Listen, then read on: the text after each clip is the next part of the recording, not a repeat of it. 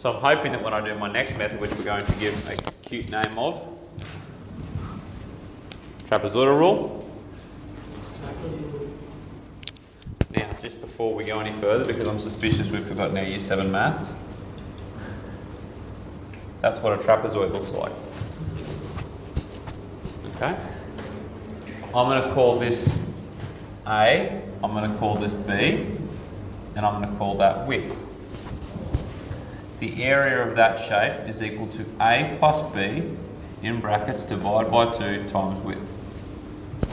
Which is another way of saying we're taking the average of those lengths and multiplying them by the width. Which sounds pretty similar to what Ethan was saying last lesson. So if we look back over here, and it's a lot easier when I'm doing it on the board in front of you, instead of putting these dark boxes above, what will happen is that we'll get, and I'm going to try and do it with the pink lines. So to try and connect those 2 points, we'll have a straight line. To try and connect those 2 points, we'll have a straight line. To try and connect those 2 points, we'll have a straight line. To try and get those 2 points, we'll have a straight line. Now, is that perfect?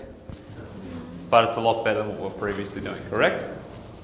So, I'm going to call this one A1, this one A2, this one A3, and this one A4.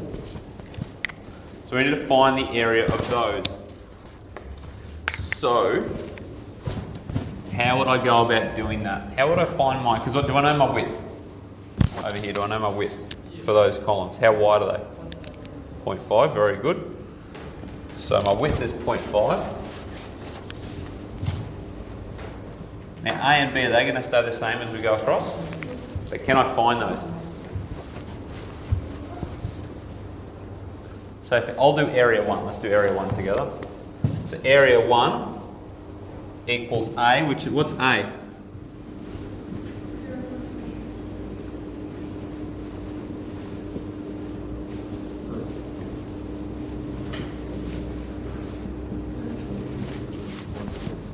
What have I drawn up?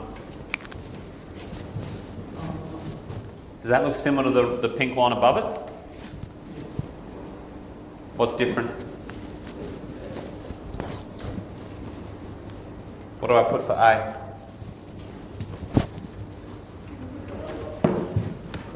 F0? Isn't that my length of that? What about B? F.5? So if I add F0, what's F0 equal?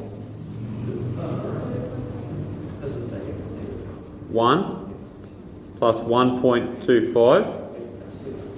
Divide that by 2 times by my width. Is that okay? Does that make sense? So do you have to do that for every one? I'll show you a method in a sec, but yes, for the first one we do. 2.25 divided by 2 is 1.125 times our width of 0.5 equals 0.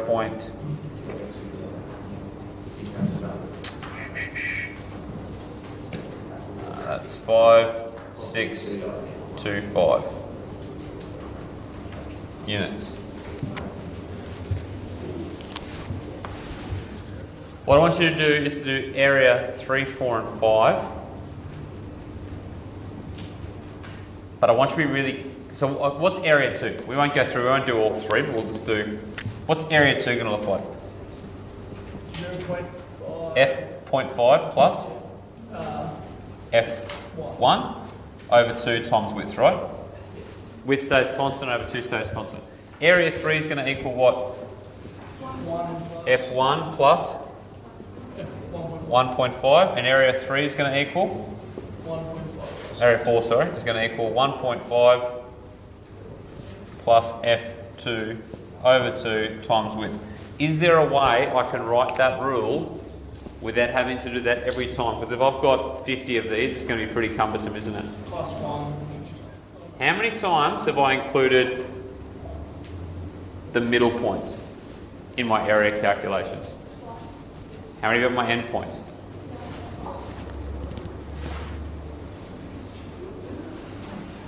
So F0, how many times do you see F0? F.5? F1, F1.5, F2. So I want an equation for my area involving endpoints and midpoints. So see if we can develop one. Over here. So what do you think it's going to have? I'm going to ask you in a sec, so I want you to think. Area equals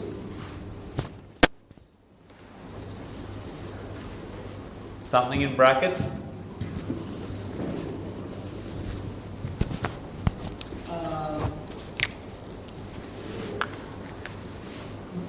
Let my endpoints equal E.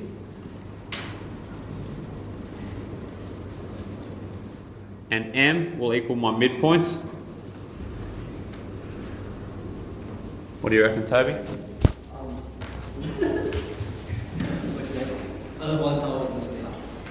The one time. How many times do I include my endpoints? Is there a way of representing once? E plus 2, 3 Anderson. Is that my area? What have I not included? That over 2? Have I missed something else? That's a trapezoidal rule.